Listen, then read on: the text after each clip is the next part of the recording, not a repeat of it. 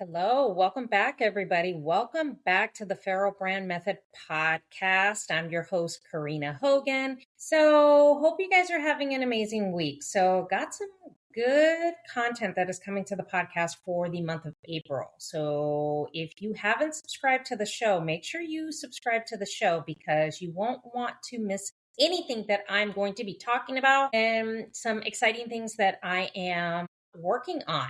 So I'm going to do a little housekeeping and then we're going to get into today's episode. So I know that spring is here. I don't know. This weather in the Midwest is really funky and I'm just fucking over it. I hate snow. I'm a West Coast person and yeah, this is some bullshit. So little housekeeping.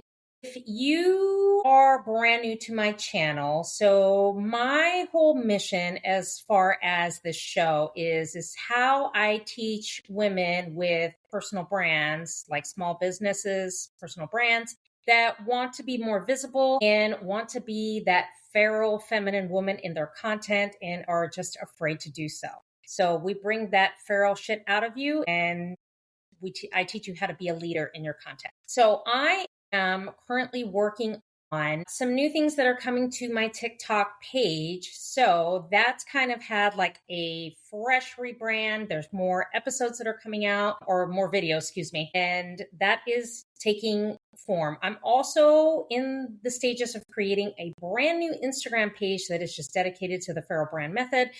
And just didn't want to mix it in with my personal page because my personal page, I like to keep it personal. And, that is very just for me. So make sure you guys check out the show notes for all the links and go follow on TikTok and Instagram and make sure you subscribe to the show.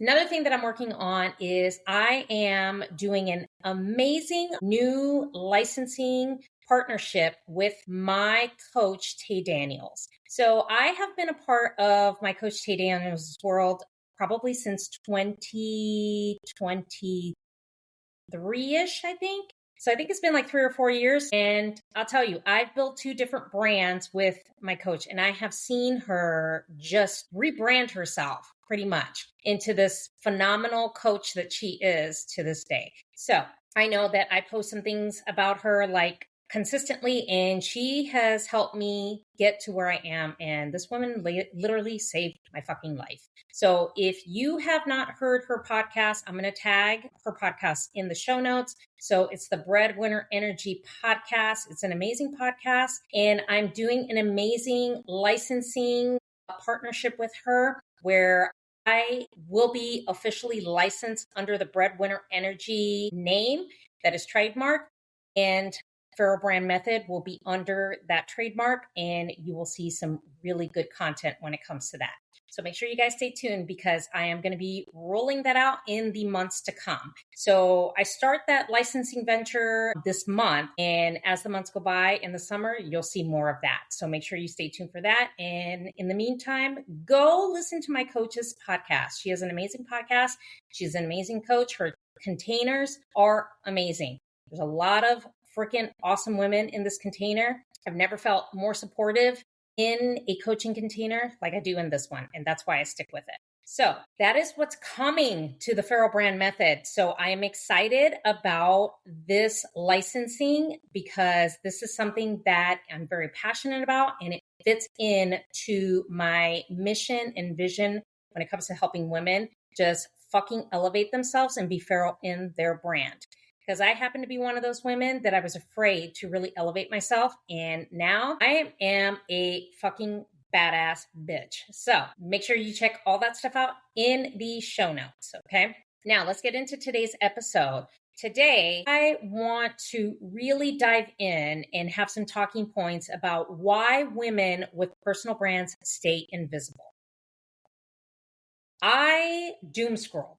I'm not going to lie to you. I doom scroll a lot on TikTok because TikTok is my favorite platform. I'm not saying that Instagram is not great. Instagram is great. However, I have a fucking love-hate relationship with Instagram.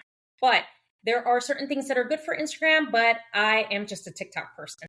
Now, there are a lot of brands that I see, especially on TikTok, where women are just afraid to share their opinions. They're afraid to really be feral and just to step into that feminine space, knowing that I'm a bad bitch and, this is how I help people. So we have to stop asking permission, and we have to stop just wanting some kind of validation and be light when it comes to how we run our personal brands and how we run our businesses. So the one common lie that I hear all the time is, I just need to get better first. Says who? When I started creating content and actually started showing up online with the very first brand that I have grown, I didn't even know that I even wanted to do the content of that brand, because I was just throwing spaghetti at the wall thinking, okay, well, what's going to stick? And I said, well, maybe I just need to get better. No, I just went ahead and decided one day that it was going to be fucking messy and I was just going to do it. One video alone got me 50,000 views. I can't tell you how many likes, okay? Just because a video goes viral doesn't really mean anything, but it kind of sets, that algorithm where it's like, oh, well, TikTok will show it to more people. So you don't need to get better first, okay? You just have to just put content out there. Just post it. It doesn't matter. It doesn't matter how good it has to be. It doesn't matter that it has to be perfect. 9 times out of 10, about 90% of the videos that I do, I have no makeup on, my hair's in a ponytail, or I am in my bathroom or in my car after the gym, or I'm getting ready for the day. Okay, I don't do those get ready with me videos because I think those are just whatever. But I choose a topic and I'm getting ready and, I just roll with the topic. Or half the time, there's some times where I have done videos where I am still laying in bed and I just had a thought, got to post it. So you got to run with it. Now, there seems to be this perfectionism versus power. Like you have to be perfect in order to be powerful on your platform. This is the biggest, dumbest horseshit I've ever heard, because why are we making it perfect? For who? Who says it has to be perfect? Who says that people are going to instantly follow you because it's perfect? Some of the creators that I follow, they're the messiest and it's not glamorous. Maybe the lighting is off, but you know what? If they hook me on whatever it is that they're talking about, that's an instant follow for me. When I see authenticity and I see people being real people, that is what draws me in. I said, let me give this person a follow. Let me check out what their content's all about. Then there's this fear of being seen and judged. Now, I know TikTok is one of those that it is really, really cruel when it comes to, judgment, because people don't read a lot of the context when it comes to captions or figuring out what the video really means. Because a lot of times creators will put in their caption, please read first before you start judging what the video is about. And I can tell you, 90% of the people do not fucking read. Okay. And then you see all these judgment comments. However, who fucking cares? There are people out there that if you take a video of the sky and you say, oh, blah, blah, blah, I saw this shit, people are going to fucking criticize and judge that. They do that every day. You can take a picture of your cat, with like a do-rag on. Because I know there's a guy that does that and he, the cat's like, Tupac Shakur or whatever. And people will make comments and saying, well, that's not right. That's animal cruelty. So people are going to be judgmental. So why are we being fearful of being seen? Who fucking cares? Because you know what? The people who are judging the most are the ones that are not even taking a chance in creating any content. They're not the ones going out there and saying, you know what? I have this passion about something and I think people will really be impacted about that.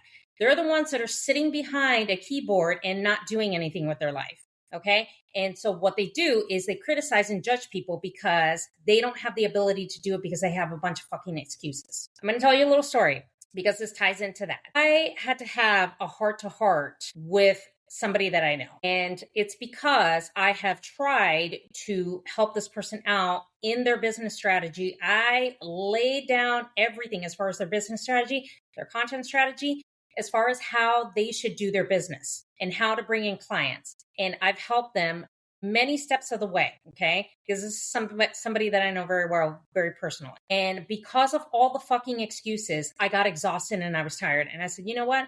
I'm tired of seeing you like this. You're constantly exhausted. You're in pain. You are always hustling for money. You are constantly complaining that you can't pay your bills and it's a rat race and the depression and your anxiety is high. I'm tired of seeing you like this because you deserve so much, but you refuse to stop making excuses and you refuse to make one decision to work on something for 30 minutes a day. Okay. One task. I am tired, I'm exhausted, and I'm done.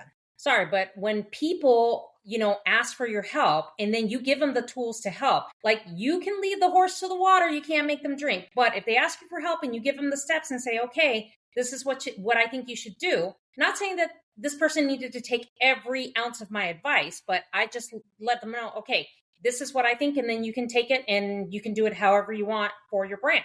However, when your excuses are louder, then you know what? Let me put one thing into action today.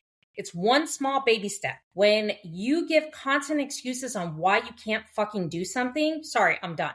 I'm done. So I let them know, I was like, you know what? You deserve so much more. And I'm saying these things because I fucking love and care about you. However, I cannot do this anymore. And it's exhausting and I'm done. And that's it. So a lot of times we have to stop the fear of being seen, because who the fuck cares if people judge you? People judge everything because you took a video of the tree. People are going to judge that. So post a fucking content and impact people's lives. Doesn't matter what anybody else thinks. Now, why is visibility feel unsafe for women? So it feels unsafe because it's probably from any types of wounds or inner child wounds that haven't been healed. So let me give you some examples. The fear of abandonment, the fear of being seen, of course, the fear of being heard or rejection, or it has to be perfect, or you're people pleasing because if you are opinionated and you have any hot takes, what happens is that people will go ahead and disagree with you. And then you are trying to people please, thinking that, well, if I just censor this, people will just follow and buy. So that makes it unsafe for women with personal brands because we always have to play small because we have the fear of being judged. We have the fear of being disliked. We have the fear of people abandoning. And I'll tell you, if people abandon you when you have a strong conviction and you are trying to impact people's lives, then they're not your people. The people who understand and they get you and they say, yes, this is what I'm talking about, that is your tribe. That is the community. It's not people who are going to shame you, that are going to say, oh, you're too much, you're too outspoken, you're too loud. Those are not your people. Now, as far as hiding versus showing up. So one personal story that I'm going to share with you as far as hiding versus showing up. I know when I started my very first brand, I had this fear of, okay, if I put this out there, will people really listen? Okay. As most of you may not know, or you do know, I've been in the radiology industry for the last 23 years. I've been a CT technologist for 23 years. Okay. And that is how I went ahead and had a career in. But I knew I wasn't very happy with that career because patient care is very demanding. It's high pace. There's a lot of high capacity. There's a lot of sick patients. There is a lot of movement, back injuries, you name it. Okay. But when it came to social media, and I said, I really have a skill in as far as educating the brand new younger generation. What can I do to help them so they don't feel so left behind? Because there's really no structure when it comes to our industry. And we're not talking about x-ray. So I had this fear of being seen because I said, this is new. I don't know if people are going to like this. And there were other creators in the same space doing the same thing that had hundreds of thousands of followers. Okay. And me, I was like, well, I don't have that many. I don't even have 1,000 when I started. And so what I would do is I would post here, I would post there and thinking, well, maybe some people will follow. It wasn't until I said, you know what, fuck this. I am just going to hone in on a topic. I'm going to start talking about it. I'm going to start talking about it until people are blue in the face. Okay. Now, with that brand, I have a successful podcast that people download and listen to every single week. And just the analytics are fucking off the chain. I have grown my page by like 250% as far as following because I talk about things that resonate. I do my hot takes. I don't care who disagrees, agrees. It doesn't matter. And I post that educational stuff. Plus, I make sure that they have the best knowledge possible because I don't gatekeep. Now, with this brand, I was a little hesitant to do this brand because it's something new and it's a new niche that I would have to grow from the ground up. So yes, I had fear around it. Yes, I said, will people really resonate with this? Yes. I had the fear of people will probably judge me because they think I'm too wooey, I'm too spiritual. Listen, I'm a Pisces. And in my just natural zodiac sign, I am emotional, I have depth, I have intensity, and that is how I roll with my day-to-day operations. In my birth chart, there is a lot of not only water, but fire elements in my birth chart. So not only do I have that motherly just instinct about me, however, I'm very fiery and I'm very fucking bold. So I just said, you know what, fuck it. If people resonate with it, great. If they don't, oh well. And I'm just going to keep on talking about it and keep on talking about it. And that's how I got to the point where one brand runs on its own. Like I barely have, all I do is create the content for it. I don't even have to be in the room holding anybody's hand because I've designed it to run itself. And that's why people buy every single day. The second brand, I'm growing with this whole licensing venture that I'm doing. And when I post content, I'm not afraid to do it because the right people will resonate with it and the wrong people will leave. So that's how you have to do it. You can't stay invisible. If you want to make an impact with people and you want that brand to grow and you want to stand in that fucking feminine feral power, you have to just say, fuck it. I'm going to talk about this. I don't care who's listening. Imagine it like you're talking to somebody on a FaceTime call. It's one person. Because if you impact one person, that person's going to tell 5 other people, that person's going to tell 10 other people, and it's just going to continue. So that's how you have to look at it. I don't hide from my content. Yes, I do take breaks. There's a difference between taking a break versus not showing up at all. So if you want to impact people, you have to be more visible. You have to know who you are. And you have to express yourself through those elements in your birth chart. I've created a 5-episode audio series. It's called the Free Visibility Audio Series. So it's free to download. There will be a link in my bio.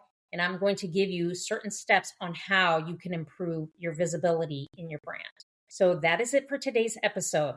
I hope all these talking points were very helpful because these were very helpful for me, especially when I was starting a second brand, because I knew I was passionate about something and to help other women, considering that I am in a container with other women while we help each other. So make sure you grab that 5-episode Free Visibility audio series because it will help you implement some things in your brand.